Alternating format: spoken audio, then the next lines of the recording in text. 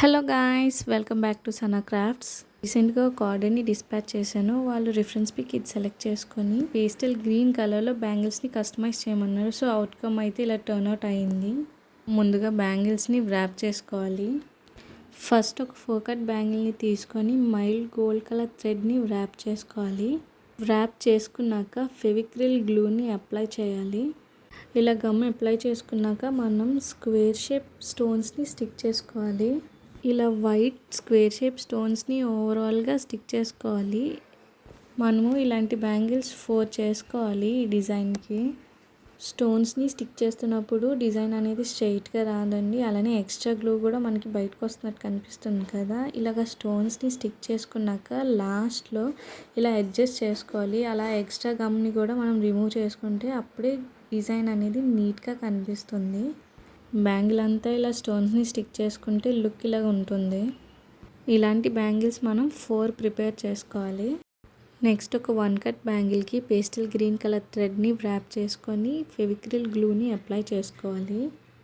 ఇలా అప్లై చేసుకున్నాక సెంటర్లో 4 mm వైట్ స్టోన్ని స్టిక్ చేసుకోవాలి. అలా స్టిక్ చేసుకున్నాక 8K ఐ షేప్ కుందన్స్ని ప్లస్ షేప్లో స్టిక్ చేసుకోవాలి. ప్లస్ షేప్లో స్టిక్ చేసుకున్నాక రిమైనింగ్ స్పేస్ ఉంటుంది కదండి, ఆ స్పేస్లో కూడా మనం 8K ఐ షేప్ కుందన్స్ని స్టిక్ చేసుకుంటే ఒక ఫ్లవర్లా ఫామ్ అవుతుంది. డిజైన్ అనేది చూడడానికి చాలా సింపుల్గా ఉన్న ఓవరాల్ లుక్ చాలా బాగుంటుంది ఈ డిజైన్. ఇలా స్టిక్ చేసుకున్నాక గ్యాప్స్లో ఎక్స్ట్రా గ్లూ కనిపిస్తుంది కదా, అది కొంచెం ఎక్స్టెండ్ చేసుకొని మనం తిలకం డ్రాప్ షేప్ స్టోన్స్ని స్టిక్ చేసుకోవాలి. ఇలా రౌండ్గా ఫ్లవర్ చుట్టూ తిలకం డ్రాప్ షేప్ స్టోన్స్ని స్టిక్ చేసుకోవాలి, గ్యాప్స్ని ఫిల్ చేస్తూ.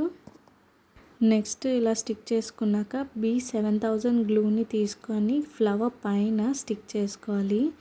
మనం కావాలంటే ఫెవిక్రిల్ గ్లూని యూజ్ చేసుకోవచ్చు, కానీ స్టిక్ అవ్వడానికి చాలా టైం పడుతుంది.